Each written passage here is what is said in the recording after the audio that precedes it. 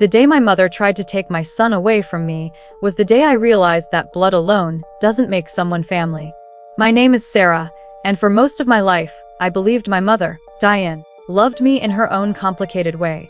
She had always been controlling, always convinced she knew what was best for everyone. Growing up, she chose my clothes, my friends, even the college she wanted me to attend. When I became pregnant with my son, Noah, I promised myself that beans would be different. I would be the kind of mother who listened, who loved without conditions, and who never made her child feel like a possession. For 3 wonderful years, life was exactly that. Then everything changed. I worked as a nurse at a local hospital. One summer, I was offered a 2-week training program that could finally earn me the promotion I'd been chasing for years. The program was held in another state, and attendance was mandatory. My husband, Mark, was serving overseas with the military at the time. I had no choice but to ask my mother for help. "I'd love to watch Noah," she said immediately. "You deserve this opportunity." For the first time in years, she sounded supportive. I should have known better. During those 2 weeks, my mother constantly sent photos and videos. Noah eating breakfast. Noah playing in the park. Noah sleeping with the stuffed bear I had bought him. At first, I felt grateful.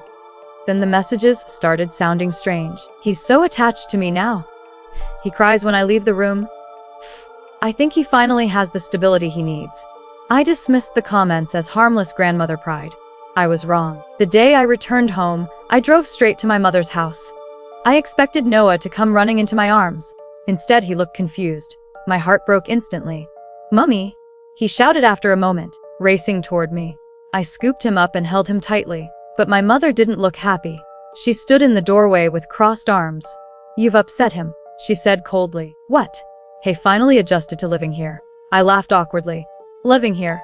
Mom, it was only 2 weeks." Her expression didn't change. "Noah belongs here." The room suddenly felt colder. "What are you talking about?" She took a deep breath as if preparing an important speech. 2 weeks is all it took for me to realize something. I stared at her. She continued. "I've done everything for him. I fed him, comforted him, took care of him every day. Honestly, Sarah, I'm more of a mother to him than you are." I felt the blood drain from my face. "What did you just say?" "You heard me." My son tightened his arms around my neck. My mother pointed toward him. "He needs stability. He needs someone mature, someone experienced." I couldn't believe this was happening. "Mom, give me Noah's backpack. We're leaving." "No." The word echoed through the room. "No," I repeated. "I'm keeping him?" For a second, I genuinely thought she was joking. Then I saw her eyes. She was serious. "Keeping him," I whispered. 2 weeks of babysitting showed me who his real mother is. My knees nearly gave out. My own mother believed she could replace me. I grabbed Noah's things and walked toward the door. She stepped in front of me. "You'll regret this." "No," I said. "You will."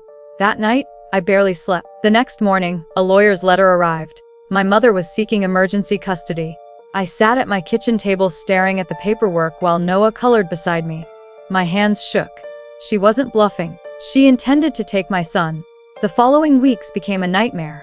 My mother told relatives that I was neglectful. She claimed I cared more about my career than my child. Some family members believed her. Others stayed silent. The betrayal hurt almost as much as her accusations. Then something unexpected happened. One afternoon, my Aunt Linda called. "Sarah," she said quietly, "I think you need to know something." Apparently, during those 2 weeks, my mother had been telling everyone that Noah was practically her child now. She had even redecorated a bedroom and referred to it as Noah's permanent room. The situation was far worse than I realized. My attorney advised me to gather evidence. Photos, messages, witness statements, everything. As we prepared for court, dozens of text messages from my mother became crucial. In them, she repeatedly admitted Noah was only staying temporarily. She discussed babysitting schedules. She thanked me for trusting her. She even joked about being the world's most overqualified babysitter. Those messages destroyed her entire claim. But the biggest moment came during the custody hearing. The judge asked why she believed custody should be transferred. My mother confidently stood. "I've been the primary caregiver." The judge frowned. "For 2 weeks. Less." The courtroom became silent. She continued. "Those 2 weeks made me realize I'm his real mother." Even her own lawyer looked uncomfortable. The judge glanced toward me, then toward Noah's pediatrician, who had submitted records showing I had attended every appointment since birth. then toward daycare reports, school records, medical records. Everything showed the same truth. I was Noah's mother. I had always been there. The judge's decision took less than 10 minutes. The petition was denied immediately, but then the judge said something I'll never forget. Babysitting a child for 2 weeks does not make someone a parent. Love is proven through years of sacrifice, responsibility, and commitment. I felt tears streaming down my face. For the first time in months, I could breathe. After court, my mother tried to approach me. "Sarah, wait." I stopped. She looked smaller somehow, less powerful, less certain. "You turned everyone against me." I shook my head. "No, Mom." Her eyes filled with tears. "You did that yourself." Then I walked away. The next year wasn't easy. I had to rebuild my life. I limited contact. I protected my son. Most importantly, I learned that boundaries aren't cruelty. Sometimes they're necessary for survival. Years later, Noah asked why Grandma wasn't around very much. I chose my words carefully. Because loving someone doesn't mean letting them hurt you. He nodded thoughtfully, then wrapped his little arms around me. "I love you, Mommy." In that moment, every court hearing, every sleepless night, every tear became worth it. Because motherhood isn't earned in 2 weeks.